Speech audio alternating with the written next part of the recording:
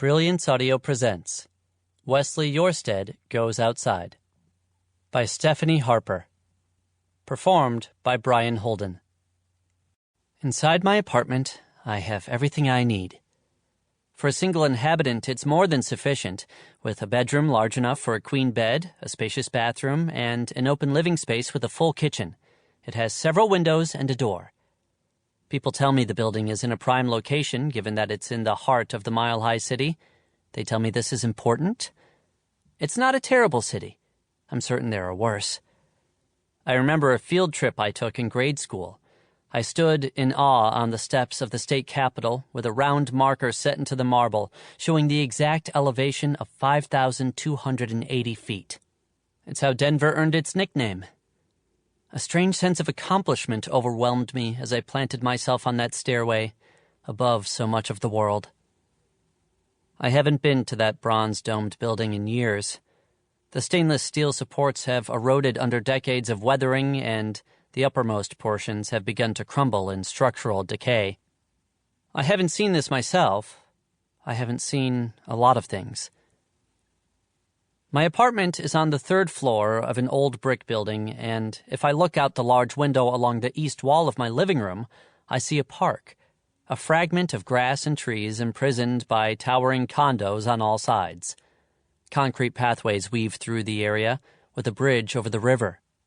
When the weather permits, these walkways convey people on bicycles, couples with clasped hands and disposable coffee cups, and lone women walking small dogs on fluorescent leashes. If I look farther, I can see the Denver skyline hovering over brick buildings in the distance, glowing yellow-green against the night sky. If I look. I never open the window in my living room. I did once, the first year I moved. I'd begun to spend more time inside by then, aware that when I went anywhere, I'd become overwhelmed by the utter unpredictability of people and places. Anything could happen out there. This expectancy that something would happen tightened down in the center of my chest and made it harder and harder to endure any kind of new situation. Still, I had occasional moments when I longed to participate in some small way, and in a quiet instance of contemplation, I entertained the notion that if I opened my window for some fresh air, the sounds of the city, even a breeze, might ease the cabin fever.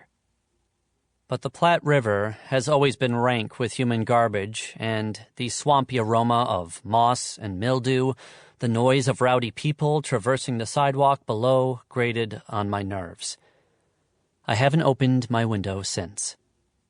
That was 5.5 years ago, 6 months to the day before the last time I left my apartment, the day I realized I'd never leave again. October 27th, 2004. I have everything I need inside.